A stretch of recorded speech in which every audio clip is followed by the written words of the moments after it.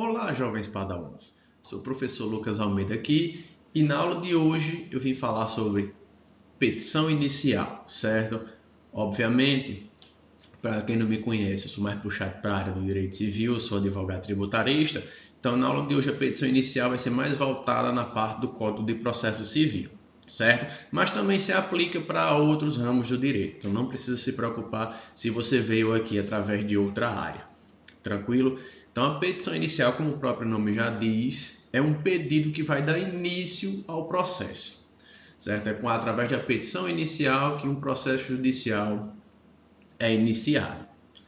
Então, o próprio Código de Processo Civil, ele traz um manualzinho de como a gente deve elaborar essas petições.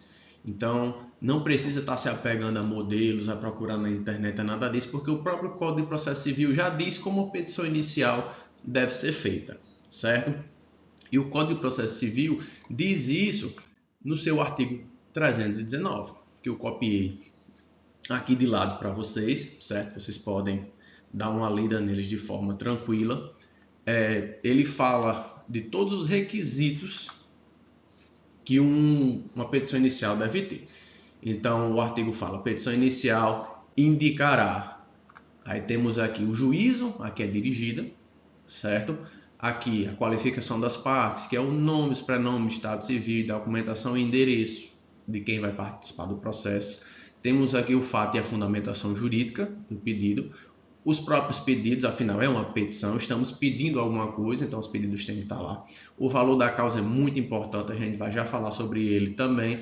As provas que se pretendem produzir e se tem interesse ou não numa audiência de conciliação.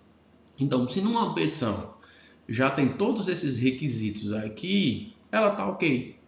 Aqui está um manualzinho, mas a gente vai destrinchar o que é que está significando cada um desses dispositivos aqui, tá?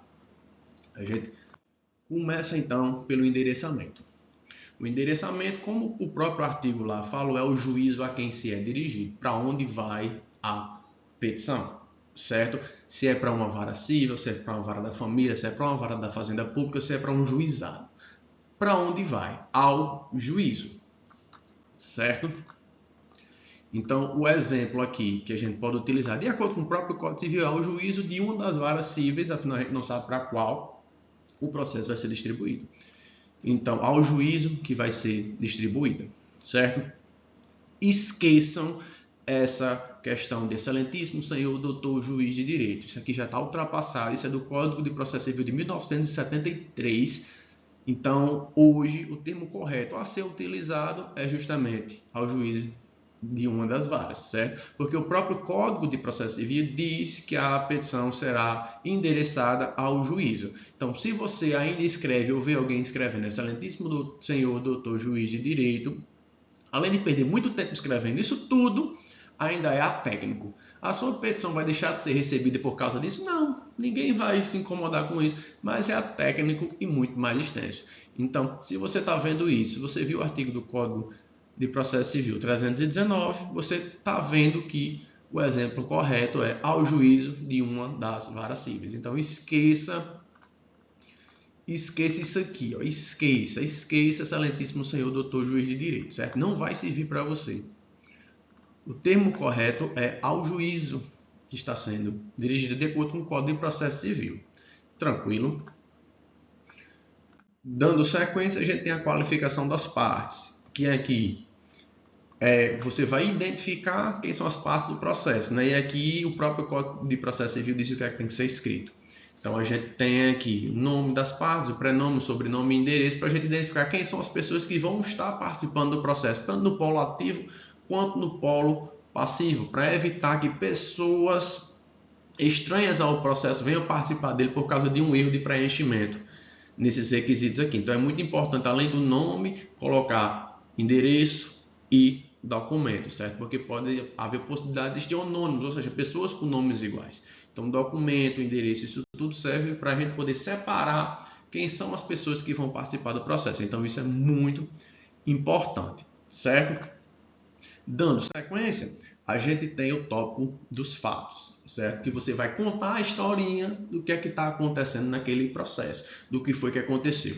Então, Então, nessa parte dos fatos, é muito importante você já chegar respondendo essas perguntas de quem, o que, quando, onde, como e por quê, certo? Você vai explicar e vai justificar quem está participando da ação, o que foi que essa pessoa fez, quando fez, onde fez, por que é importante, quando, é para a gente poder identificar a questão de prescrição, se a ação ainda pode ser ajuizada, onde tem a ver com a localidade, ou seja, a competência, se é o juízo daquela comarca ou daquela localidade que vai ser competente para julgar aquilo ali também, certo? O modo como os fatos se desenvolveram e os motivos de você estar ajuizando aquela ação. Então, nos fatos, você tem que contar uma historinha e tentar responder de forma mais clara e objetiva possível essas perguntinhas aí. Tranquilo? Isso aqui vocês, para escrever os fatos, vocês podem perguntar, eu tenho muita dificuldade de colocar isso num papel. Na minha cabeça eu sei como funciona, mas eu tenho dificuldade de escrever. Então, a dica que eu dou é pratique, leia muito, certo? Quem peticiona tem que ler, tem que escrever, tem que praticar. Não seja refém de modelo, não seja refém de inteligência artificial, certo?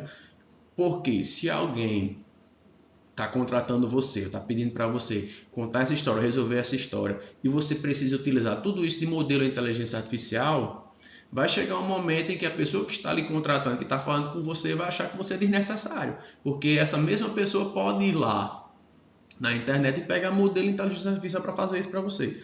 Então seja criativo, certo? Não dependam dessas tecnologias. Desenvolvam suas próprias técnicas e pratiquem bastante em relação aos fatos, certo?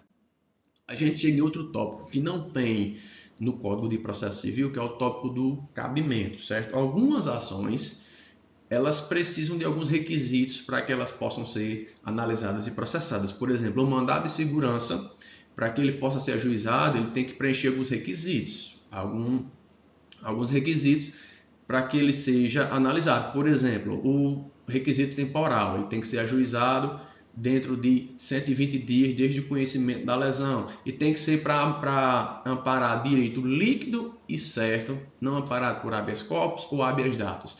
Então, quando você vai ajuizar ou vai interpor um mandado de segurança, o nome é esse, interpor, você vai precisar apresentar os requisitos. Esse mandado de segurança é cabível porque o direito líquido e certo é esse, não é amparado por habeas corpus nem habeas data, e o prazo para interpor o mandado de segurança é esse aqui que está cumprido, certo? Então, algumas ações, embargos à execução fiscal, por exemplo, o cabimento dele, ele tem que ter garantido o juízo. Então, você já cria o tópico do cabimento. Aí, o juízo está garantido porque a gente fez o depósito.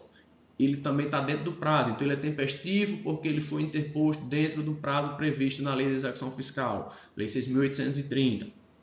Então, em algumas situações, é preciso demonstrar que aquela ação, que aquela petição inicial é cabível, certo? Não é obrigatório, mas é importante aí, principalmente quando o tipo de ação que você está propondo necessita de algum requisito especial, certo? E aí a gente chega na parte do direito. A parte do direito, ela tem que se conectar com a parte dos fatos. Tem que fazer a subsunção dos fatos à norma, o link, tem que ligar o que foi que aconteceu com o direito, certo? Tem que fazer essa ligação, certo? O réu causou dano ao autor. Então, o Código de Processo Civil diz que quem causar dano a outro de forma ilícita tem o dever de indenizar essa pessoa. Então, você tem que fazer essa ligação. Então, você pega os fatos, o que foi que aconteceu. Por isso que os fatos têm que ser muito bem narrados. É muito importante. E aí você pega o que foi que você narrou nos fatos e junta com o direito. Você conecta com algum dispositivo legal, jurisprudencial, doutrinário ou constitucional para fazer essa ligação.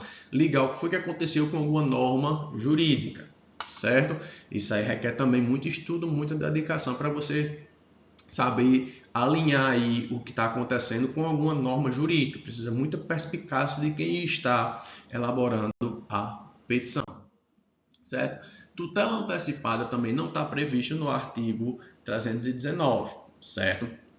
Mas em algumas petições, às vezes, é necessário a tutela antecipada, certo? De acordo com o artigo 294, essa tutela pode ser de urgência ou de evidência, ela pode ser cautelar ou pode ser incidental. Isso aqui fica para outra oportunidade. O que é importante você apresentar na tutela antecipada são seus requisitos, que são 3, certo? O primeiro requisito é a probabilidade do direito, certo? Essa probabilidade do direito você apresenta no tópico do direito e também junta documentos, apresenta provas dizendo que o seu direito é provável, o seu direito é forte. Então é muito importante, o seu direito não pode ser duvidoso para a concessão da tutela antecipada. Além disso, a demora no resultado do processo pode causar dano, então a gente tem um risco de dano aqui também como requisito, certo? Vamos supor que alguém está precisando fazer uma cirurgia e o plano de saúde está negando. Então, quanto mais demorar, maior o risco para a saúde daquela pessoa. Então, a gente tem aí presente o risco da demora, né? A ação judicial vai demorar muito enquanto aquela pessoa está precisando de uma cirurgia urgente. Então, nessa situação, o juiz também deve analisar essa situação, esses requisitos, tanto a probabilidade do direito quanto o risco da demora no processo. E além disso, a gente tem um terceiro requisito, que é o requisito negativo, né? A tutela antecipada, ela não pode ser reversível, certo? A medida ela tem que ser reversível, a gente tem que reverter essa medida. Caso você entre com a ação, o juiz antecipe a tutela, no final do processo, se você perder essa ação, a situação tem que ser voltada no estado inicial. Então, a tutela tem que ser reversível. Por exemplo, uma cobrança indevida, seu nome está sujo. Você pede como tutela antecipada para limpar o seu nome, o juiz consegue. Só que no final, vê-se que você estava devendo realmente. Você não tinha esse direito. Então, você pode voltar com o seu nome sujo novamente. A medida pode ser revertida, certo? Em caso de saúde é mais complicado. Porque, por exemplo, precisava fazer uma cirurgia, fez uma cirurgia. No final você perdeu, o plano de saúde tinha razão, ele não precisava cobrir aquilo ali. E aí, como é que faz? Então, nessas situações em que a medida não é reversível, cabe ao juiz, cabe ao intérprete daquela situação, analisar o que é que vai causar mais prejuízo. Se é, por exemplo, a falta de cirurgia ou a parte financeira do plano de saúde. E, além disso, caso, por exemplo, o juiz autorize a cirurgia e no final o autor perde, ele não teria direito a fazer aquela cirurgia pelo plano de saúde, ele pode pagar, compensar financeiramente pela cirurgia, certo? Então, quando você for abrir o tópico da tutela antecipada, você tem que identificar, mostrar para o juiz, deixar escancarada a presença desses 3 requisitos, certo? A probabilidade do direito, o risco na demora do processo e que a medida pode ser revertida, certo? Que ela pode voltar ao início. E aí, por fim, o artigo 319 ele também fala das provas e da audiência, certo? E aí você pode identificar quais são as provas que você pretende produzir. Ele é até um pouco redundante, porque uma audiência de instrução ela serve justamente para você produzir provas, certo? É na audiência de instrução que você vai ouvir testemunhas, pegar a oitiva das partes, certo? Você produz provas, então você também pode utilizar, na verdade você deve utilizar sua petição inicial para indicar quais são as provas que você ainda pretende produzir no processo. Certo? Então é muito importante. Muitas vezes você não tem aquela prova disponível, precisa, por exemplo, oficiar um cartório para apresentar um documento, oficiar um ente público para apresentar uma certidão. Então você já deixa no processo, na sua petição inicial, quais são as provas que você pretende produzir, se você quer audiência, quem é que você quer ouvir nessa audiência. Então é muito importante também acrescentar esses tópicos das provas na sua petição, certo? Os pedidos, né, que é o tópico derradeiro, por fim, você vai relacionar tudo aquilo que você quer naquela petição, certo? Primeiro que ela seja recebida e processada, para dar início ao processo. E aí, se você teve o pedido da tutela antecipada, você pede o deferimento da tutela antecipada, pede também que a sua ação seja procedente, que os seus pedidos sejam todos deferidos, com ação 100% procedente. Você pode pedir também, na verdade você deve pedir a intimação da outra parte, da parte ré, para que ela venha participar do processo também, certo? E novamente as provas que você pretende produzir. Então, nos pedidos é meio que um resumo de tudo aquilo que você quer fazer no processo. Feito os pedidos, você vem para o encerramento da sua ação, né? Primeiro, é muito importante você colocar o valor da causa. é um requisito do artigo 319. O valor da causa ele serve para duas coisas. Primeiro, quantificar as custas processuais, porque em regra, quem entra com ação judicial tem que pagar por ela, tem que custear as ações. Então, muitas vezes o valor da causa ele é calculado com base, o valor das custas ele é calculado com o valor da causa. Quanto maior o valor da causa, maior as custas que você tem que pagar. E também para definição de competência, certo? Por exemplo, no juizado especial, o valor da causa é limitado, ele tem um teto. Então, se o valor da causa ultrapassar esse teto, ele não pode ser processado no juizado especial, tem que ir para a justiça comum. Então, o valor da causa ele serve para isso, para quantificar as custas processuais e para definição de competência, certo? E aí, você coloca o local e data, que é muito importante também, e a sua assinatura. Tem gente que termina com, nesses termos, pede deferimento ou pede espera deferimento, mas isso não é obrigatório, é questão de estilo.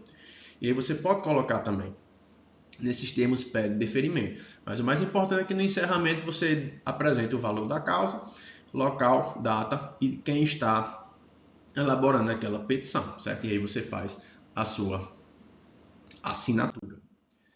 Então, com isso, a gente termina aqui nossa aula sobre petição inicial, né? A gente falou aí de uma forma mais simples, explicando tópico por tópico, de uma forma que você hoje consiga desenvolver a sua petição sem a necessidade de um modelo e sem fazer nada de forma automática. Agora, quando você vê um endereçamento, você já sabe para que ele vai servir, sabe para que serve a qualificação das partes e todos os outros tópicos da petição. Não vai ser uma petição mecânica.